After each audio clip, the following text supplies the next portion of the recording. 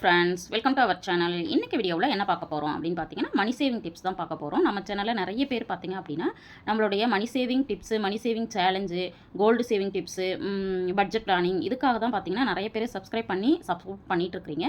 நிறைய பேர் சப்ஸ்கிரைப் பண்ணாமல் சப்போர்ட் பண்ணிகிட்ருக்கிறீங்க. உங்கள் அத்துணை பேருக்கும் என்னுடைய மனமார்ந்த நன்றிகளை தெரிவிச்சுக்கிறேன். இந்த வீடியோவை முழுமையாக பாருங்கள். உங்களுக்கு பிடிச்சிருக்கு அப்படின்னா கண்டிப்பாக லைக் பண்ண மறக்காதீங்க. அதே மாதிரி சப்ஸ்கிரைப் பண்ணுற விருப்பம் இருந்துச்சுன்னா கண்டிப்பாக சப்ஸ்கிரைப் பண்ணிவிட்டு பாருங்கள். வாங்க வீடியோக்குள்ளே போவோம். இன்றைக்கான வீடியோவில் பார்த்தீங்கன்னா மணி சேவிங் டிப்ஸ் தான் உங்களோட ஷேர் பண்ணிக்கலான்னு இருக்கேன். இந்த மணி சேவிங் டிப்ஸ் அப்படிங்கிறது பார்த்தீங்க அப்படின்னா நம்ம மணி சேவிங் சேலஞ்சாக கூட எடுத்துக்கலாம். இதில் பார்த்தீங்க அப்படின்னா நான் ஒரு 15 மணி சேவிங் ஐடியாஸ் ஷேர் பண்ணியிருக்கிறேன். கண்டிப்பாக ஒவ்வொன்றுமே பார்த்தீங்கன்னா உங்களுக்கு யூஸ்ஃபுல்லாக தான் இருக்கும். அதனால் தொடர்ந்து வீடியோஸை பாருங்கள். ஃபர்ஸ்ட் ஒன் பார்த்தீங்க அப்படின்னா நம்ம மணி சேவ் பண்ணணும்னு நினைக்கிறோம் அப்படின்னா நம்ம சேலஞ்சாக எடுத்துக்க வேண்டியது பட்ஜெட் போடுறது தான்.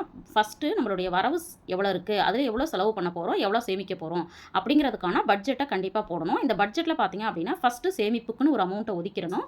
அது கரெக்டாக ஒரு 10லேருந்து 30% வரைக்கும் இருக்கா அப்படிங்கிறத பார்த்துட்டு அது மாதிரியான ஒரு பட்ஜெட்டை கண்டிப்பாக உருவாக்குங்க. நம்ம சேனல்லையே பட்ஜெட் பிளானிங் அப்படின்னு சொல்லிட்டு ஒரு பிளேலிஸ்ட் உருவாக்கியிருக்கோம். விருப்பம் இருந்துச்சு அப்படின்னா ஒரு முறை விசிட் பண்ணி பாருங்கள். அது பார்க்குற வியூவர்ஸ்க்கு யாருக்காவது பட்ஜெட் பிளான் பண்ணணும் அப்படின்னு நினைக்கிறீங்கன்னா கூட உங்களுடைய வருமானத்தை கமெண்ட்டில் சொல்லுங்கள். கண்டிப்பாக உங்களுக்கான பட்ஜெட்டை நான் பிளான் பண்ணி கொடுக்குறேன்.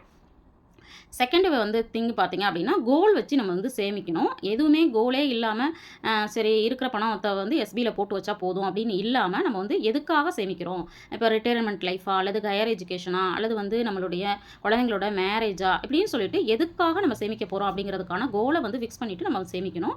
அதே மாதிரி ஷார்ட் டேர்ம் லாங் டேர்ம், அதாவது ஒரு 5 வருஷத்துக்குள்ளே இவ்வளோ அமௌண்ட்டை சேமிக்க போகிறேன், ஒரு 15 வருஷம் கழிச்சு எனக்கு இவ்வளோ அமௌண்ட்டு சேவ் ஆகணும் அப்படின்னு சொல்லி ஒரு கோலை நீங்கள் பிரித்து வச்சு நம்ம சேமிக்கிறதுக்கு முயற்சி பண்ணணும். அடுத்தது 3வது சேவிங் டிப் என்ன அப்படின்னு பார்த்தீங்கன்னா ட்ராக் பண்ணுறது. நம்ம என்னென்னலாம் செலவு பண்ணுறோம் அப்படிங்கிறத அப்பப்போ நம்ம ட்ராக் பண்ணிக்கிட்டே இருக்கணும். இவ்வளோ அமௌண்ட்டில் இவ்வளோ செலவு பண்ணியிருக்கிறோம், இதில் தேவையான செலவு எவ்வளோ, தேவையில்லாத செலவு எவ்வளவு அப்படிங்கிறத அப்பப்போ நம்ம ட்ராக் பண்ணணும். அந்த ட்ராக் பண்ணும்பொழுது பார்த்தீங்க அப்படின்னா நம்மளுடைய செலவுகள் குறையறதுக்கான வாய்ப்புகள் இருக்குது. அதனால தான் நம்ம ட்ராக்கிங்கிறது ரொம்பவும் மஸ்ட்டு அப்படின்னு சொல்கிறோம்.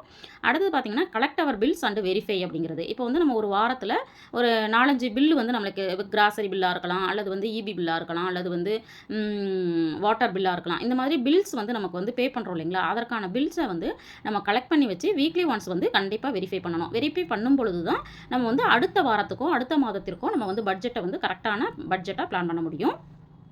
நெக்ஸ்ட் டிப்பு பார்த்தீங்க அப்படின்னா சேமிப்புகள் அப்படிங்கிறது பார்த்தீங்க அப்படின்னா நிறைய விஷயங்கள் இருக்குது.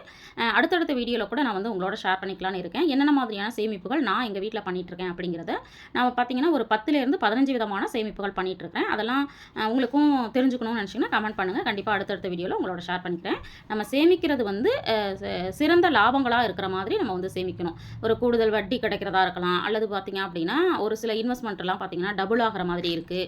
இந்த மாதிரி எதெல்லாம் இருக்குது, எது நம்மளுக்கு அதிக பெனிஃபிட் இருக்குது அப்படிங்கிறத தெரிஞ்சுக்கிட்டு அதில் நம்ம சேமிப்பவர்களை பண்ணுறது. அதே மாதிரி பார்த்தீங்கன்னா சேமிக்கும் பொழுது ஆட்டோமேட் ட்ரான்ஸ்ஃபர் அப்படிங்கிறத நம்ம மைண்டில் வச்சுக்கணும். ஏன்னா அக்கௌண்ட்டில் பணம் வந்ததுக்கப்புறம் நம்ம செலவுகள்லாம் பண்ணிவிட்டு சேமிக்கணும் அப்படின்னு நினச்சோம்னா அது கொஞ்சம் டிலே ஆகிட்டே இருக்கும். அப்புறம் பார்த்தீங்கன்னா செலவாயிடும், அப்புறம் சேமிக்கவே முடியாமல் போயிடும். அதனால் அக்கௌண்ட்டுக்கு நம்மளுக்கு ஒரு இன்கம் வருது அப்படின்னா வந்த உடனே அதிலிருந்து சேமிப்புக்கான பணம் ஆட்டோ டெபிட்டாக போகிற மாதிரி நம்ம பார்த்துக்கிட்டோம் அப்படின்னா அது என்ன பண்ணிட்டோம்னா நம்மளுக்கு தெரியாமலே ஒரு அமௌண்ட் சேவ் ஆகிட்டே இருக்கும். அதனால் ஆட்டோமேட் ட்ரான்ஸ்ஃபர் அப்படிங்கிறத நம்ம எப்போவுமே பழக்கத்தில் வச்சுக்கணும். அடுத்தது பார்த்திங்க அப்படின்னா அதிக வட்டி சில இப்போ பர்சனல் லோனெல்லாம் வாங்குகிறோம் அப்படின்னா நம்மளுக்கு பார்த்திங்கன்னா 14%லேருந்து 32% வரைக்கும் வட்டிக்கு இருக்குது.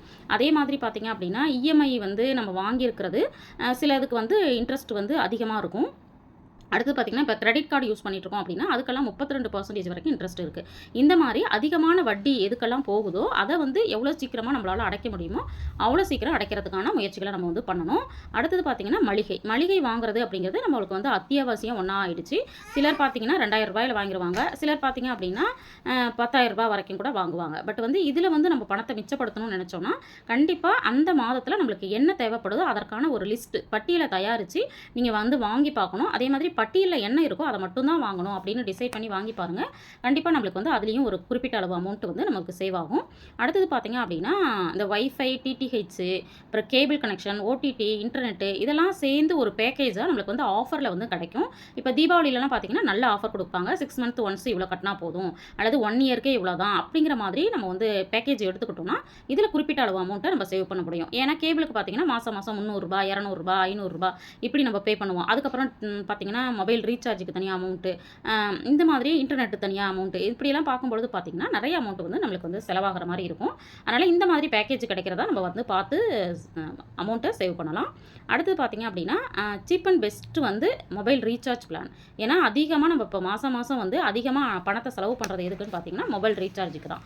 இந்த மொபைல் ரீசார்ஜ் பார்த்திங்க அப்படின்னா சீப் அண்ட் பெஸ்ட்டாக இப்போ வந்து 3 மந்த் ஒன்ஸு அல்லது 6 மந்த் ஒன்ஸு அல்லது இயர்லி ஒன்ஸு அப்படியெல்லாம் பார்த்திங்கன்னா ரீசார்ஜ் பிளான்ஸ் இருக்குது இல்லைங்களா, அது எது வந்து நம்ம யூசேஜுக்கு தகுந்த மாதிரி எது பெஸ்ட்டாக இருக்கோ அதை வந்து நம்ம செலக்ட் பண்ணிக்கணும். இப்போ எங்கள் வீட்டில் பார்த்திங்க அப்படின்னா 3 மந்த் ஒன்ஸ் வந்து போடுறத வந்து நாங்கள் போட்டுட்ருக்கோம். பட் பார்த்திங்க அப்படின்னா அதெல்லாம் இப்போ வந்து ரொம்பவும் ஜாஸ்தி ஆகிடுச்சு. அதனால் விலைவாசி வந்து ரொம்ப ஏறிட்டே இருக்குது. அப்படிங்கிறப்போ அதெல்லாம் கண்ட்ரோல் பண்ணுறது அப்படிங்கிறது கொஞ்சம் கஷ்டமாக தான் இருக்குது. யூசேஜும் கொஞ்சம் அதிகமாகிடுச்சு. அதனால் பார்த்திங்கன்னா எங்கள் வீட்டில் 3 மந்த் ஒன்ஸ் போடுற மாதிரியான பிளான் வந்து நாங்கள் போட்டுட்ருக்கோம். அதையே வந்து 6 மந்த்துக்கு மாற்றலாம் அப்படின்னு பிளான் பண்ணியிருக்கிறோம். இப்போ வந்து நான் 3 மந்த்துக்கு போட்டுட்டேன். அடுத்து 3 மந்த்து கழிச்சு கண்டிப்பாக ஒரு 6 மந்த்துக்கான பேக்கேஜ் வந்து எடுக்கலாம் அப்படின்னு இருக்கேன். அதற்கான பணத்தையும் சேவ் பண்ணி எடுக்கிறதுக்காக ட்ரை பண்ணிகிட்ருக்கேன். அந்த மாதிரி நம்ம வந்து பண்ணலாம். அடுத்தது பார்த்திங்க அப்படின்னா இபி பில் பார்த்திங்க அப்படின்னா இப்போது எல்லாருக்கும் பில் வந்திருக்கு அப்படின்னா கண்டிப்பாக உங்களுக்கு வந்து லாஸ்ட்டு இபி பில்லோட இது வந்து இன்க்ரீஸ் ஆகிருக்கும். ஏன்னு பார்த்தீங்கன்னா நம்மளுக்கு வந்து டேரிஃப் எல்லாம் வந்து நிறைய மாற்றிருக்காங்க. அப்படி மாற்றும்போது நார்மலாக ஒரு ரூ. 200 வந்தவங்களுக்கே ரூ. 300 வந்திருக்கும். ரூ. 300 வந்தவங்களுக்கு ரூ. 800 வந்திருக்கும். இந்த மாதிரி நிறைய இன்க்ரீஸ் ஆகிருக்கு. எங்களுக்குமே வந்து கொஞ்சம் கூடுதலாக வந்திருக்கு. அதனால் அந்த இபி பில்லை வந்து எப்படியெல்லாம் குறைக்கலாம் அப்படிங்கிறதுக்கான டிப்ஸ் அண்ட் ட்ரிக்ஸை ஃபாலோ பண்ணுறதுக்காக ட்ரை பண்ணிகிட்ருக்கோம். அது இல்லாமல் பார்த்தீங்கன்னா நம்மளுக்கு தமிழ்நாடு கவர்மெண்ட் 100 யூனிட் ஃப்ரீ கொடுக்குறாங்க. அப்போ வந்து இந்த 100 யூனிட் இல்லாமல் நம்மளுடைய பில்லு வந்து ஒரு ரூ. 500 வர மாதிரி நம்ம வந்து பிளான் பண்ணலாம். அடுத்தது பார்த்திங்க அப்படின்னா தேவையில்லாத சப்ஸ்கிரிப்ஷன். இப்போ வந்து சந்தா வந்து ஒரு இயர்லி ஒன்று எடுக்கிறது, குக்கு எஃப்எம் அப்படிங்கிற மாதிரி ஏதோ ஒரு சப்ஸ்கிரிப்ஷன் நம்ம எடுக்கிறோம். சந்தா வருஷம் பேப்பருக்கோ அல்லது புக்குக்கோ அப்படி கட்டுறோம் அப்படின்னா அதெல்லாம் நம்மளுக்கு தேவையில்லைன்னு நினச்சோன்னா அதை வந்து என்ன பண்ணணும் அப்படின்னா அவாய்ட் பண்ணுறதுக்கு ட்ரை பண்ணணும். அந்த மாதிரி அதை கட் பண்ணும் பொழுது பார்த்திங்கன்னா நம்மளுக்கு வந்து ஓரளவுக்கு பணம் வந்து சேவ் ஆகும்.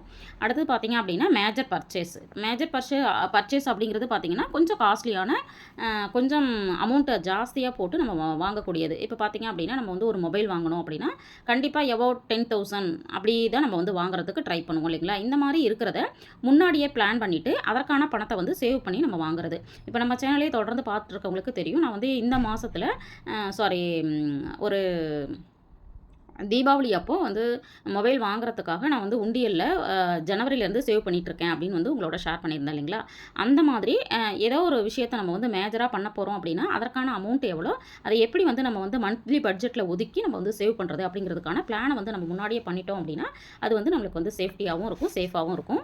அடுத்தது பார்த்திங்கன்னா டிலே பர்ச்சேஸ் அப்படிங்கிறது தான். இப்போ ஒரு விஷயத்தை நம்ம செய்யணும் அப்படின்னு நினைக்கிறோன்னா, ஒரு பர்ச்சேஸ் பண்ணணும்னு நினைக்கிறோன்னா அந்த பர்ச்சேஸை வந்து பார்த்த உடனே நம்ம பண்ணாமல் ஒரு 30 டே ரூல் அப்படிங்கிறது, அதாவது ஒரு 30 நாள் கழிச்சு நான் வந்து வாங்கலாம் அப்படின்னு சொல்லிட்டு அதை தள்ளி போடுறதுக்கு முயற்சி பண்ணலாம் அப்படிங்கிறது தான். அதை பண்ணும்பொழுதே பார்த்திங்கன்னா சில நேரங்களில் நம்ம அந்த பொருளை வந்து வாங்காமலே விட்டுருவோம். அது நம்மளுக்கு அமௌண்ட் வந்து சேவ் ஆகிறதுக்கான ஆப்ஷன்ஸ் இருக்குது. அடுத்தது பார்த்திங்க அப்படின்னா கண்ட்ரோல் அவர் ஆன்லைன் ஷாப்பிங் அப்படிங்கிறது இப்போ வந்து ரொம்ப சர்வசாதாரணமாக ஆயிடுச்சு. எல்லாருமே பார்த்திங்க அப்படின்னா நம்ம வந்து ஆன்லைனில் ஷாப்பிங் பண்ணுறதுக்கு பழகிட்டோம்.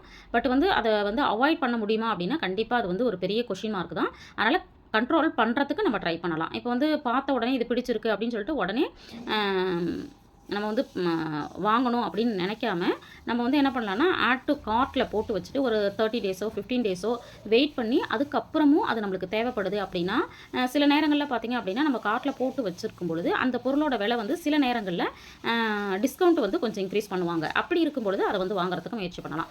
இந்த மாதிரியான டிப்ஸ் அண்ட் ட்ரிக்ஸை வந்து நீங்கள் ஃபாலோ பண்ணோம் அப்படின்னா கண்டிப்பாக நம்ம வந்து மணியை வந்து சேவ் பண்ண முடியும். இதை வந்து நம்ம வந்து சேலஞ்சாக எடுக்கும் பொழுது மட்டும்தான் இதை வந்து நம்ம ஃபாலோ பண்ண முடியும். இந்த வீடியோவில் சொன்ன விஷயங்கள் உங்களுக்கு யூஸ்ஃபுல்லாக இருந்திருக்கும் அப்படின்னு நினைக்கிறேன். வீடியோ பிடிச்சிருந்தா லைக் பண்ணுங்கள், ஷேர் பண்ணுங்கள், கமெண்ட் பண்ணுங்கள். மறக்காமல் நம்ம சேனலை சப்ஸ்கிரைப் பண்ணி வச்சுட்டு பாருங்கள். தேங்க்ஸ் ஃபார் வாட்சிங்.